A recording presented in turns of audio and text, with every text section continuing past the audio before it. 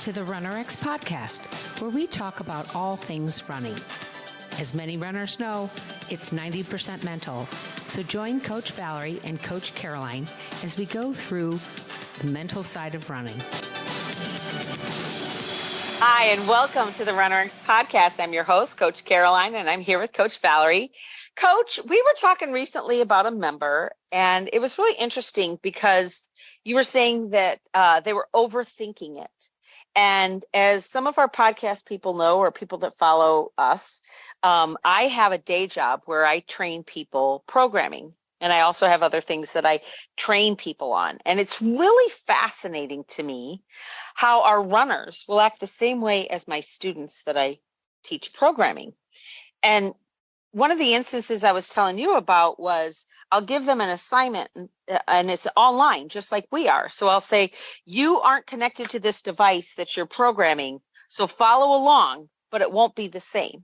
And then I'll get an email that says, I don't have that same screenshot. Well, I just told you you're not connected to it. So it becomes this like super hyper focus that they almost don't listen to what you're saying. That's kind of what I'm seeing with our runners. Are you seeing that too? Or is that kind of what you mean? Sure. Right. And here's the challenge too, right? So and I'm just laughing because you know how I'm so not good at tech. So I would be that person. It doesn't look just like the screen. So so think about the challenge when you are trying to learn a movement that you've already been doing all your life. So in your mind, You already kind of knew how to do it. Now you're having to think about a movement that used to be normal, So it feels weird. And then you're like, okay, I'm watching the video or I'm looking at the picture and I'm trying to feel like what you're looking like. So we understand all of that. The challenge is just like what you said.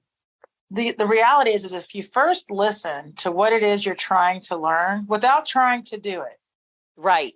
Listen to the concept of what it is you're about to learn. You have to understand it first before your body can do it, because you have to give the command, right? So the challenge is you already think that because you've already been running, that you just need to kind of change a little bit of what you're doing, but you don't need to actually go back to a learning phase for running. That's the biggest pushback we get. Like we say, please, just for a week or so, instead of going out for distance running, we want you to go out for a run practice. And people will come back and say, okay, I went out for my regular 10-mile run and it didn't feel like what you said. Right. Well, and then we get the reverse where then you go, well, I didn't tell you to go for a 10-mile run. I told you to go for a run of 10 meters, or that's a great one. You'll say 10 meters or 30 seconds. And then they'll come back and go, but I can't run for 30 seconds. So do I do two of them? Do I do two 15-second? Like that's what it gets like. They almost become almost neurotic in following your directions. And instead of following the feel, like I'm just saying 10 meters as a kind of approximation. It could be 8 meters. It could be 11 meters, right?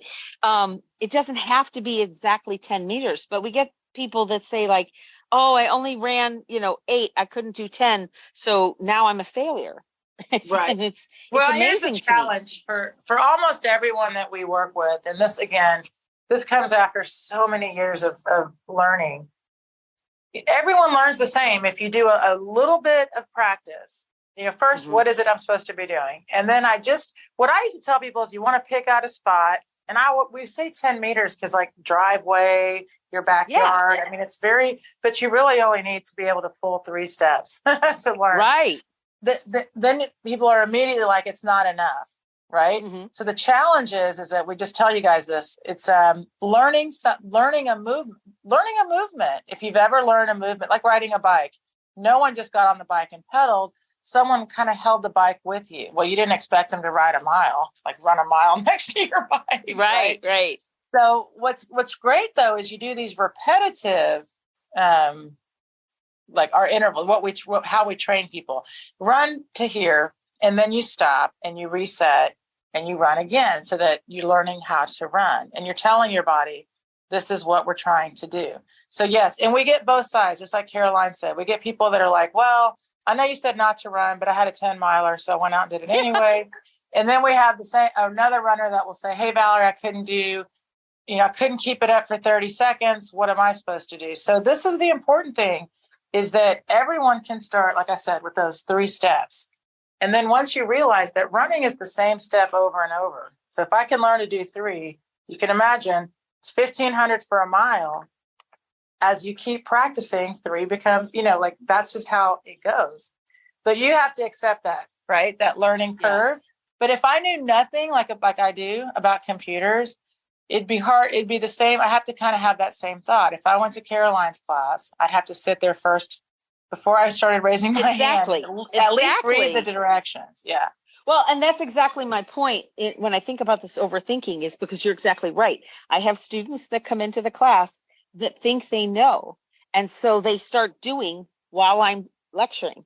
And then I go, okay, now do it. And they go, what did you ask me to do? Because you weren't listening to me.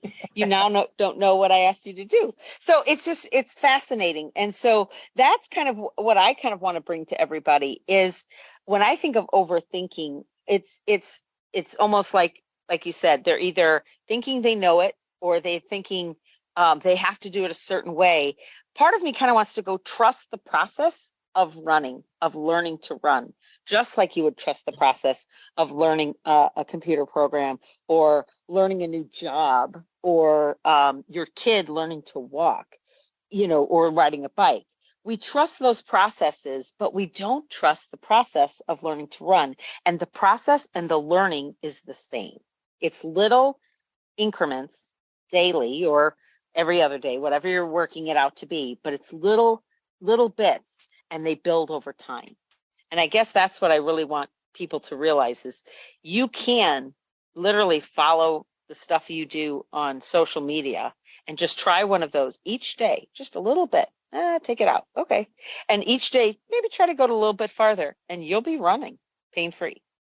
Right. But you have to, and you're right, but you have to first keep it, the overthinking relates to you're not keeping it simple, right? Doesn't the saying keep it simple. So the best part is that when you do actually really decide you want to learn running and how to be more efficient, you realize it's very simple and we overcomplicate. We just do. It's the way we are. So when I think in the beginning, people are like, no, it can't be this simple. And it's like, well, it's simple, but it's not easy, right? Right. And so that's the best part to me is that, and then someone did ask us, this was just kind of funny. When do I stop thinking? I was like, well, you never stop thinking. We're just helping you focus on your thoughts on only things you need to do rather than thinking of things that aren't going to actually help you in running. And that's just what you said. Instead of thinking, how far am I running? We want you to think, how am I feeling while I run? And that's a challenge because who thinks about running while they're running? Most people are thinking about the music that they're playing or how many miles they have to run or even how all these other thoughts, not really the action of running. They're not thinking pull or up or lift. They're thinking these other thoughts. So yes, in the beginning, you're going to have overthoughts. And then all of a sudden you realize like, wow, I'm actually thinking, I don't want to say thinking less. That's not the right word. But when people talk about getting in the zone and those kinds of things, that's when you've decluttered your mind of overthinking and your mind is really just focused on the running. And that's when I love to compare that to driving a car. When you first learned to drive a car, you were very methodical about, where everything was and looking both ways. And you still do that. You still get in the car and do that. But there are days that you just get in the car and you don't even think about it, your way to work, right?